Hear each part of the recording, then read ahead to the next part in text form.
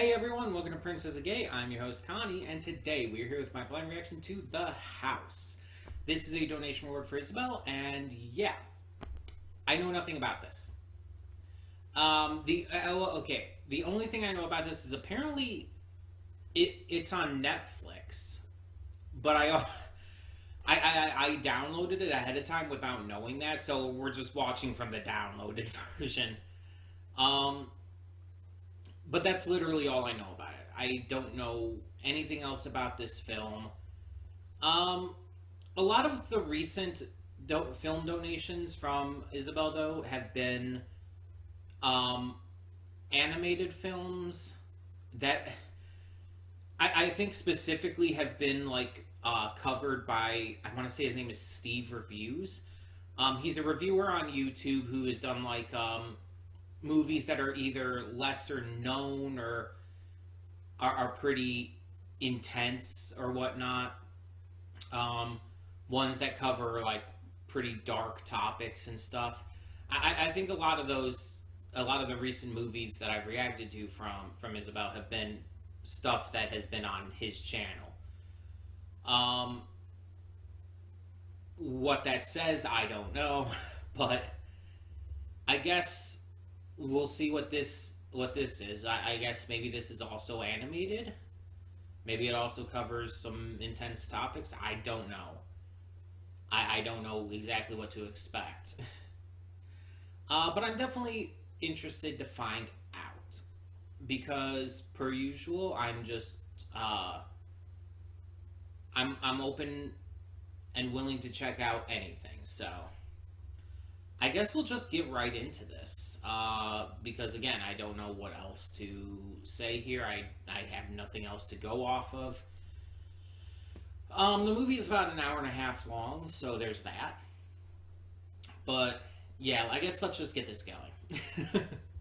So when the screen fades to black, pause this redirect and go to the description below. Follow the link to the reaction, and after you watch it, come back here to the redirect and resume play. Because after it fades to black and then it fades back in, everything from that point forward will be my afterthoughts and will contain spoilers to the episode. Or to the movie, rather. That being said, thank you so much for tuning in, and I will see you at the reaction. And we are back, and we'll begin with spoilers in 3, 2, 1, now. It's getting later on, a little later than I normally record, so sorry for the lighting, whatever's going on here.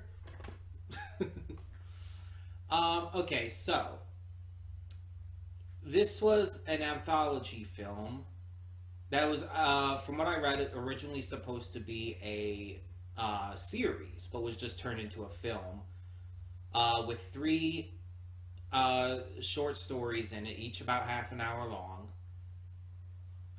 telling these stories that all center around a house.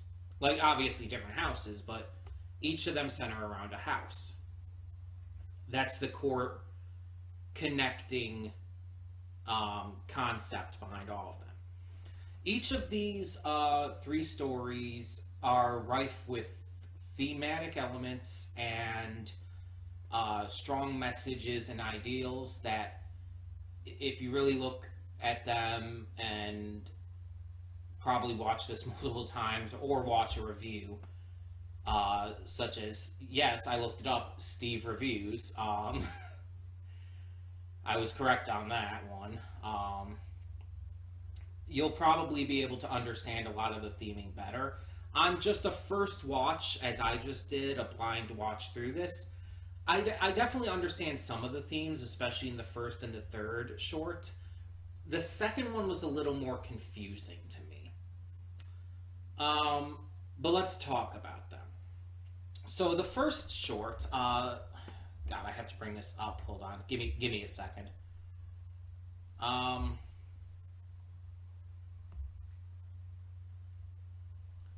Because they I think had sort of names. Yeah, they all have names.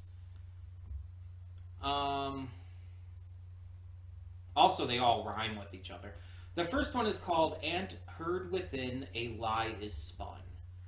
So this one is about a poor family. I guess you could call them poor. They seem like definitely not doing well, but I wouldn't call them like completely like dead poor or anything. They're visited one day by their relatives. It's not made clear how distant they are, but it's very clear that they don't like their relatives. They're only accepting the visit because family, and the entire time their relatives just keep making it clear that they look down on them. Their relatives are wealthy, and it's implied that it's from the father's side of the family.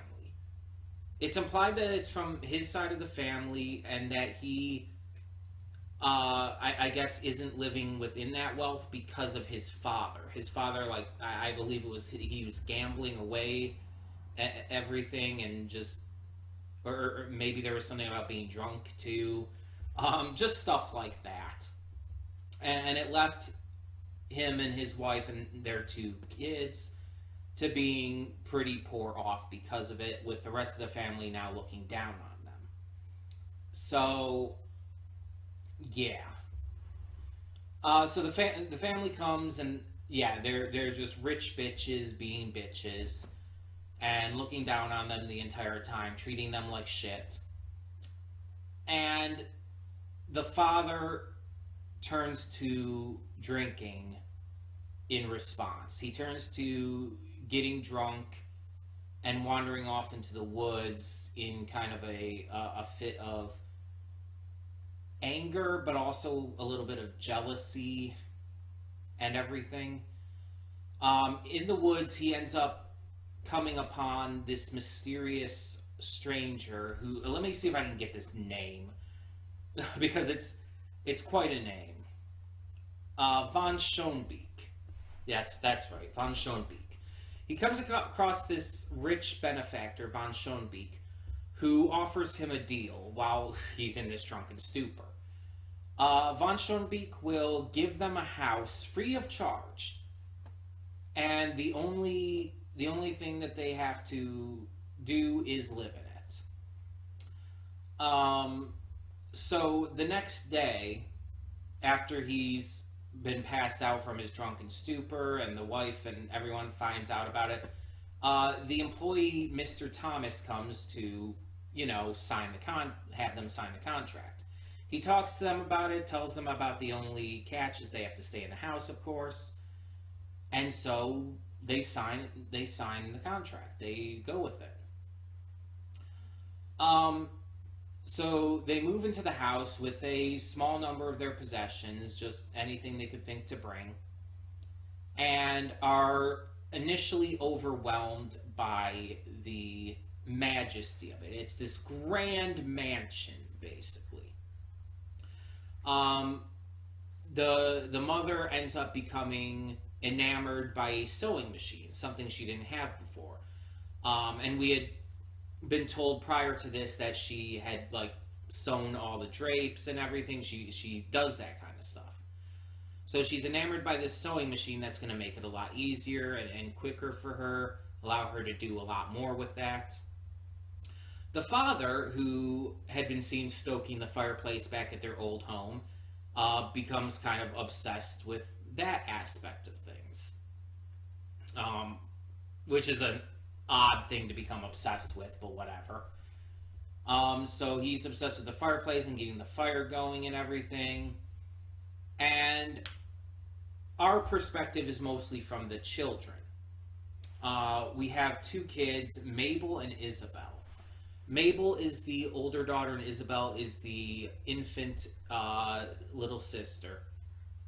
Mabel is instantly like wary of this house. She doesn't seem to like it. It's too big, it's too lonely, it's too just not homely at all. And as she stays more and more in it, she begins to hate it more and more. It feels less like a home and more like a trap. While the infant Isabel is, a baby, not really thinking about that kind of stuff. But eventually Isabel leads leads her to a part of the basement where they end up finding remnants of the old house set up as if it were their house, their old house. But they end up not being able to get back because Mr. Schonbeek ends up making changes on a whim to the house. Just randomly, like, taking out whole stairways and everything, adding in new wings, basically completely frivolously. And so they're trying to find their way through the house, through the maze it has become, basically, in order to find just at least their way back to their parents, who have basically lost all interest in anything other than their obsessions that are brought on by their newfound, seemingly wealthy status, or at least the appearance of such.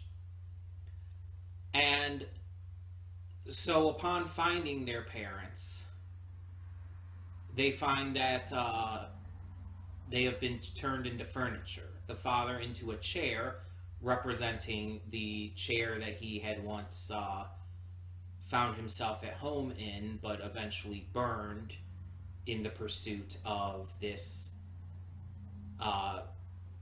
view of himself that has been given because of the new house. And the mother is turned into drapes, referencing her sewing and her talent for creating that kind of stuff.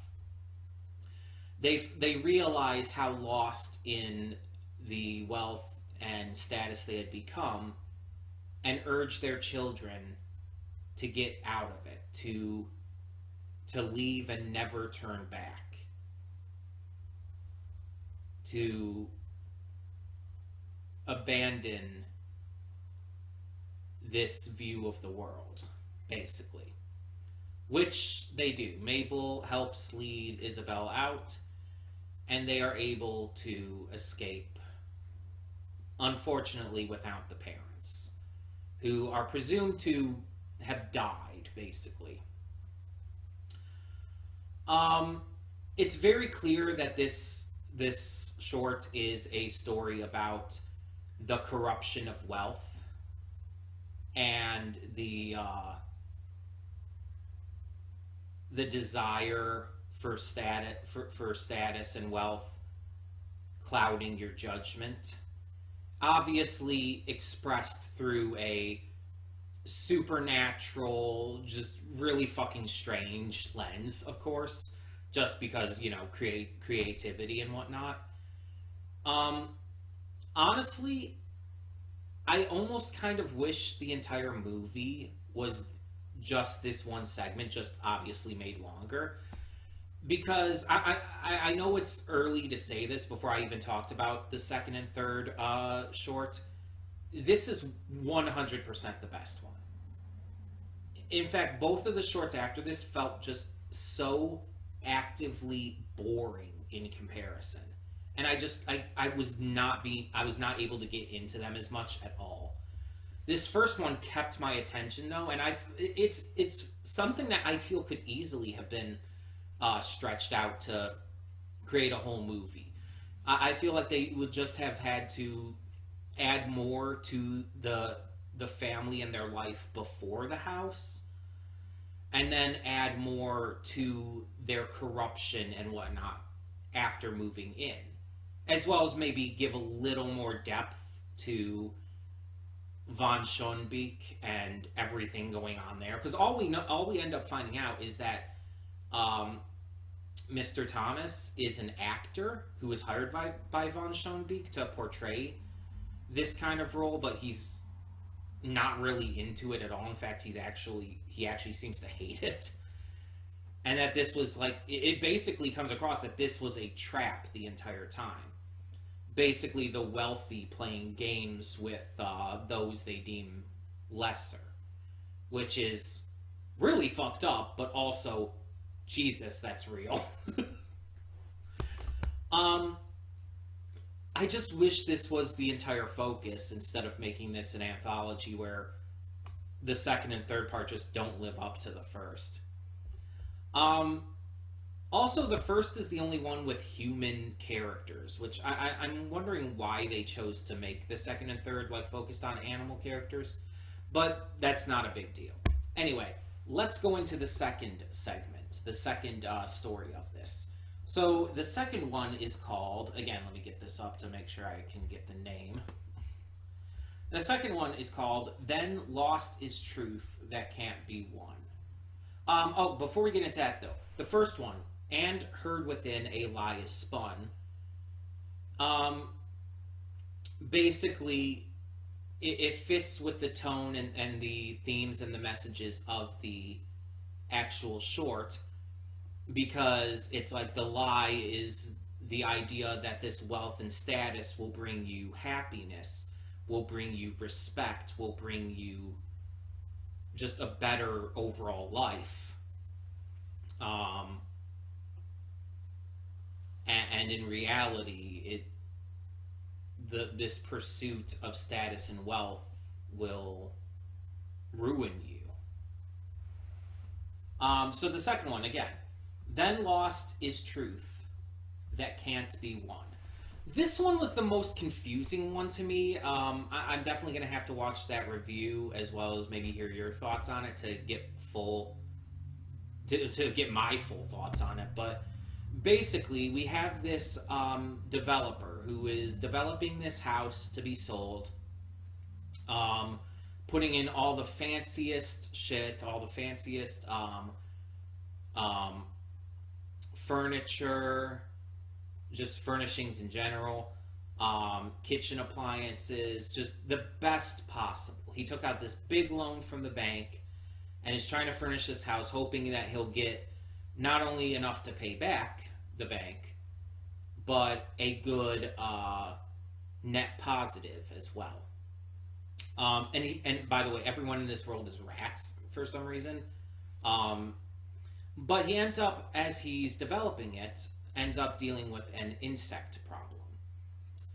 He tries to get rid of them using chemicals and stuff, and it seemingly works for the most part, but we can tell it's shown to us that there are still bugs hiding out everywhere in the house. So,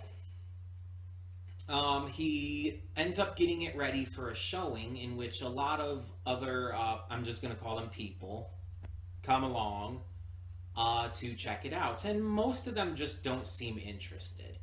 He's very clearly nervous and anxious about the entire thing, and although he's trying to do his best to be very welcoming and make the house look like a great buy, he's also having some trouble. First off, the food that he was supposed to have delivered, he ended up getting delivered the wrong order.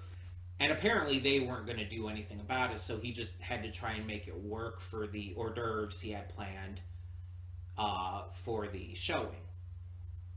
And as we see at the showing, no one really seems to want the hors d'oeuvres. Maybe if they had been better, if he had actually got the groceries he ordered, maybe it would have gone a different way. But while he's showing everything off, he ends up coming across this really weird couple. And they are the only ones who show interest in the house. In fact, they are extremely interested in the house. They decide they're going to stay the night, which is very unorthodox, but he's like, I need to make this sale. I'm just going to let him do it. But he starts to realize as time goes by that they're not planning on leaving. They're basically, you could say, squatting, but they're just kind of forcing their way in without ever planning on, actually purchasing the house. It's not really squatting. Squatting is usually when a house is abandoned and everything and people are living in it and all. It's not quite the same, but it's the closest description I can give to it. So he's getting mad at them. He tries to call the police, but they end up being there for a completely different reason, because apparently he had been calling someone this entire time and calling them darling and everything. and he had been venting about everything going on. Apparently, that was his dentist. We thought it was like going to be like a partner or something. He's even saying like stuff like "I miss you" and everything. So we're thinking it's his partner, and he's just living here while he's developing the house. But no, apparently he, I guess, is very lonely, and is for some reason talking about all this and venting to his dentist while also telling them like things like "I love you" and shit, and calling them darling and all, which they apparently don't like. So the police are there to actually tell him to stop because it's coming across as harassment. And he tries to tell him, it's like, what about these people? They won't leave my house and everything. And the police just pay him no mind. Police being police, they don't actually care about like actual shit going on. Not saying that what he's doing wasn't weird, but I think there's a priority thing here, to be fair. Either way, he can't get them to leave, so he tries to end up using the chemicals on them, but ends up accidentally using them on himself and being hospitalized. And this next part was really confusing to me, so I kind of looked up like what the description of what happened is, and apparently, according to what this says here, he is reduced to a catatonic state. So he's mentally just checked out, and when he's in the hospital and everything, and they come to pick him up, he's like not even like there in the mind. So they bring him back to the house, the weird couple, where there's now a bunch of their family there as well. And he's just kind of welcomed back, and everyone now who is there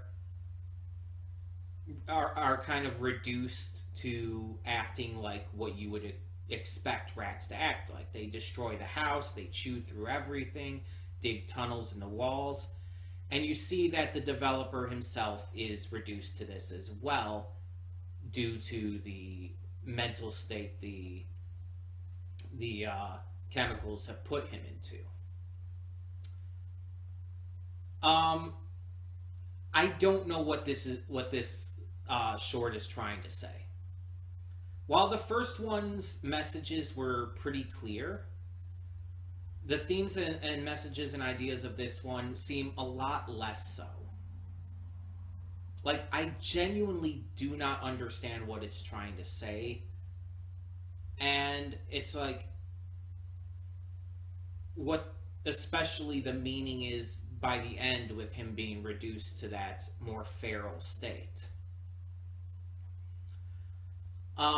This was easily, even beyond that though, even beyond just the not understanding the theming of it, was just honestly the weakest one. It was honestly super fucking boring. I just couldn't find myself invested in what was going on at all. It's just, I didn't get it, and I didn't enjoy it either. In terms of the title once again is "Then Lost Is Truth That Can't Be Won."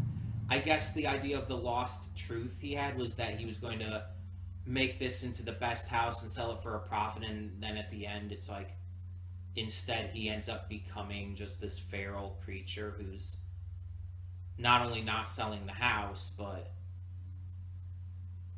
everything he planned and hoped for is just dead in the water. I don't know. But the last short is called "Listen Again and Seek the Sun." And this one, the theming is actually pretty easy to understand. And I actually, after I read the title again, it actually clicked a lot more for me than when I had finished watching it. Because when I had finished watching it during the reaction, I was actually a little confused. It's like, I can see some things here, but I'm not quite getting it. As much as like the first one. But I get it a lot more, at least what the main theming of it seems to be, based on the title. And I'll get to that. So in this one, everyone is cats. And this takes place in a seemingly post-apocalyptic world where a great flood has covered up everything.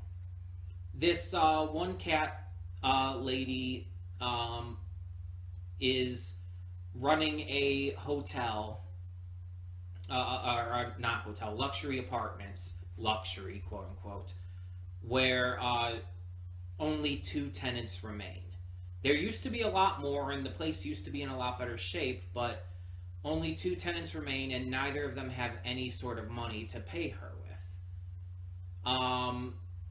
They keep trying to pay her in fish and gemstones as payments, and it's just she's getting sick of it. On top of that, the apartments have fallen into disrepair. Floorboards are breaking. You see the water coming out of the faucets is turning brown. It's not in good shape. So she starts to talk to her two tenants to get them to, pay. There's Elias. He's kind of this easygoing, very nice and kindly black cat character who usually pays her in fish, but it's very clear that he doesn't really seem to have any possibility of anything else. And it's not made entirely clear at first, though you can guess it has to do with the catastrophic flood. But there's also a lot you're kind of wondering about that. And then you see the other lady who's kind of like this kind of stereotypical, holistic, hippie chick who is like all about the healing properties of different gemstones and everything, which is fine. But she's also, avoiding paying and avoiding all the problems and everything. Well, one day her partner comes in, who is a Tibetan throat singer and also very holistic hippie kind of guy, and very nomadic it seems. He comes in and decides to pitch a tent right outside of the apartments. And at first, Rosa, who is the name of our main character in this, the Calico, she is very upset by this. She's like, I should be charging you for this. And he's like, I don't have money, basically, is what he says. But I have my skills, and he makes it clear that he actually knows something about carpentry and stuff. Which actually gets her excited because, again, there's all these problems going around the house. So he agrees to help fix things up for her. But in the morning, she finds out that he's taken out the floorboards of the house and is using it to build a boat for Elias to leave. See, Elias hasn't been happy here, and he's been wanting to leave for a long time, and now, with the help of Cosmos, he has the opportunity. So, dealing with her house being torn apart, she kind of like gets angry at everyone, is like upset that they're ruining what she's been trying to fix for apparently years now. And it's made clear that the other cat who, the hippie girl, Jen, doesn't really want to be there either, and that she's going to be leaving with Cosmos. Eventually, Elias does leave, at which point you see Rosa is very sad about. She did enjoy his company, and it's made very clear that her anger at him was just because of her overprotectiveness of the house and her desire to see it flourish.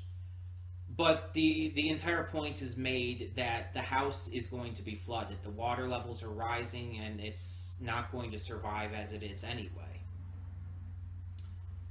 So Jen and Cosmos end up leaving as well, leaving her alone and sad. She realizes the only people keeping her company and the only people giving her any hope are gone now. And she has nothing else to hold on to. So she remembers that Cosmos told her about this lever he built. It was never stated what it was for, but she decides, fuck it, and pushes it. And it ends up turning the entire house, the entire apartments, into a boat, basically. It breaks off like the outer land, the outer like land around the building itself, and makes the rest of the building just into a boat. Which again, he was not there for that long. How the hell did he build that quickly? How would he have turned an entire like apartment building into a ship like that quickly and easily? Like, even if he's really good at what he does, that just seems insane. But that's not really the point. Rosa goes up to the steering wheel at the top of the house and finds freedom. No longer burdened by her obsession with making this all work. No longer burdened with her, let's be honest, kind of delusional hopes that she could make this last in this clearly post-apocalyptic world. She sails away, joined by the others who had already left. They come back and join her on her journey to finding herself and finding a new freedom. And that's where the title comes in. Listen again and seek the sun. I don't know why I'm tearing up at this. I actually don't know, because it's like, this isn't really that emotional for me. I mean, maybe the idea of freedom and stuff, and finding your freedom after being trapped for so long in this cycle of delusion, maybe I connect with that a little bit. In fact, actually, I definitely connect with that a little bit, so that's probably why I'm getting a little emotional here. That's the only thing I can think of. But obviously in a much more different scenario for myself. But the symbolism of that is still there. But going back to the title again, as I was saying, listen again and seek the sun. It's basically saying, stop, just take a moment, look at everything around you, listen to what you're being told, listen to what the others have been saying to you. And instead of trapping yourself in a world of your own creation where everything is going wrong, seek out the sun. Look out for new adventures, new paths on your life. Even if there's little hope for anything better, even if there's nothing else out there because of this, again, world-ending flood, it seems, go for it. It's better than just sitting around waiting for things that aren't going to happen. It's a sense of freedom that she gains here. She had been trapping herself in this delusion for so long, and finally finds herself free by the end. And it's nice. It's a nice short. It's not as good as the first, but it's much better than the second. And I did like it. Also, Helena Bonham Carter was apparently Jen, so that's interesting. But yeah, there's a lot of symbolism here that, again, once I read the title again, I very much understood. It clicked in my head on everything this was trying to say and exactly what Rosa was doing to herself. And again, we don't know any of the details. We are never told the details of this flood. Unless there was something like in the background, like maybe on that board she had that said something, but I didn't see anything. Granted, I wasn't like looking for a lot of details, but just from a casual viewing experience like this, there isn't anything that seemingly says how any of this happened or any of this started. But it's made clear that others have left, that there were others originally who were there. And it's made clear that Rosa is just delaying the inevitable. But at the same time, when she goes out to seek her freedom, realize what she's seeking it in. She's still in the house. It's not saying that you have to leave behind your loves and your passions to seek freedom. You can take them with you. It's just moving on is still what you need to do. You need to move on to explore, to think, to find yourself, to find that freedom, to keep away from being trapped. It's not saying you have to change everything. It's not saying you have to leave behind the things that matter most to you. You just don't let them control you. Don't let them bind you. Make them, in some cases, a vehicle for your freedom, for your future. Not necessarily literally a vehicle like in here, but you know what I mean, like a vehicle for moving things forward, for changing through things. I mentioned that there's a comparison to myself here symbolically with finding freedom after being trapped in your own delusions for so long. And it's not something I keep secret on this channel by any means. I am a very open and honest person. And I've made it very clear in the past that I used to be a pretty bad person.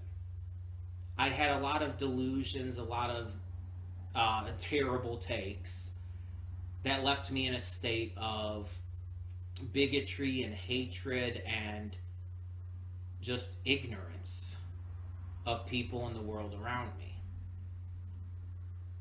And I eventually was led to finding my own freedom from that. Just like Rosa in this, I had people who tried to help me out of that, who told me what I needed to hear, and I didn't get it right away. But when I did, I didn't leave behind the stuff I love, the stuff that has fueled me, and the stuff that has become my passion prior to that. I took it with me and I changed it. I modified it to fit where I could go from there, to take me to whole new avenues. And it's helped me. It helped me change a lot about myself and learn about myself and become the person I was always meant to be. But I had to let go of that. And it was hard. And again, I fought against it because I was so obsessed with keeping myself in that delusion. And eventually, I had to see what was right in front of me the entire time. So yeah, I very much, now that I have, again, seen the title again, I very much understand the symbolism of this third one. And like I said, it's good. It's not as good as the first one, though. The first one is still much more investing and interesting, much more entertaining to watch. But this one was good. Really, the second segment here is the weak link for me. Maybe once I find out the theming and everything of it, I'll appreciate it a lot more. And I'm not saying it was bad. It was just the weakest of these three by a long shot. Again, not even just not understanding the themes and ideas of it. I also just didn't find it as entertaining by any means. But yeah. I thought this was an enjoyable watch, nonetheless. The stop motion was good. I enjoyed that. The voice acting was really good on all three parts. It was fun. It was entertaining. It was thought-provoking. So, That being said, though, tell me in the comments below, what did you think of the house? Let me know, and for now, I'm Connie and I'm signing off. See y'all next time.